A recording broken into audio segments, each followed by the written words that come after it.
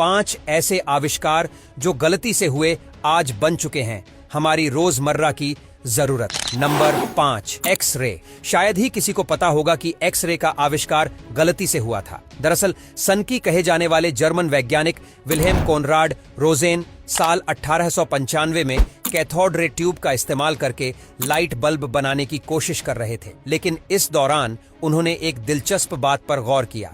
दरअसल जब cathode tube को कार्डबोर्ड बॉक्स के अंदर रखा जाता था तो वो लाइट एमिशन करना जारी रखते थे, जबकि कार्डबोर्ड को इसे रोकना चाहिए था। तब उन्हें एहसास हुआ कि ट्यूब न केवल लाइट कर रहे थे बल्कि वो इनविजिबल रेज भी पास कर रहे थे जो किसी भी सॉलिड सब्सटेंस को पेनिट्रेट कर सकती थी। इसके बाद ह्यूमन एक्सपेरिमेंट में सक्सेस होने के तुरंत बाद टूटी हड्डियों के टेस्ट के लिए मेडिकल फील्ड में एक्स-रे अवेलेबल हो गए। गलती से किया गया ये आविष्कार आज कितना काम का है ये बताने की जरूरत नहीं है। Number 4, microwave oven.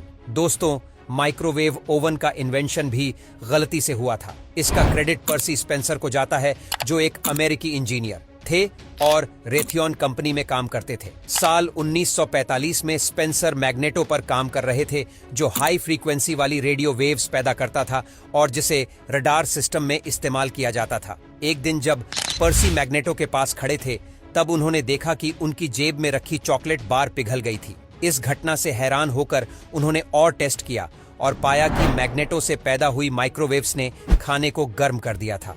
इसके बाद उन्होंने पॉपकॉर्न के दानों और अंडे पर भी टेस्ट किया, जिसने पॉपकॉर्न के दानों को पॉप कर दिया और अंडे को फोड़ दिया। इस इन्वेंशन के बाद स्पेंसर और रेथियन ने इस तकनीक को खाना पकाने के लिए इस्तेमाल करने का विचार किया। साल 1947 में उन्होंने पहला कमर्शियल माइक्रोवेव ओवन रडार बनाया जो काफी बड़ा और महंगा था। धीरे धीरे इस तकनीक में सुधार हुआ और छोटे सस्ते माइक्रोवेव ओवन घरों में इस्तेमाल होने लगे। Number 3, implant pacemaker. दोस्तों, तो इम्प्लांट पेसमेकर का आविष्कार गलती से हुआ था और इसका क्रेडिट विल्सन ग्रेटबैक को जाता है। विल्सन साल 1956 में एक इक्विपमेंट पर काम कर रहे थे जिसका मकसद दिल की धड़कन को रिकॉर्ड करना था। उन्होंने गलती से एक गलत शेप का रेसिस्टर सर्किट में डाल दिया, जिसका रिजल्ट यह हुआ कि सर्किट ने एक रेगुलर इलेक्ट्रिकल पल्स का प्रोडक्शन किया।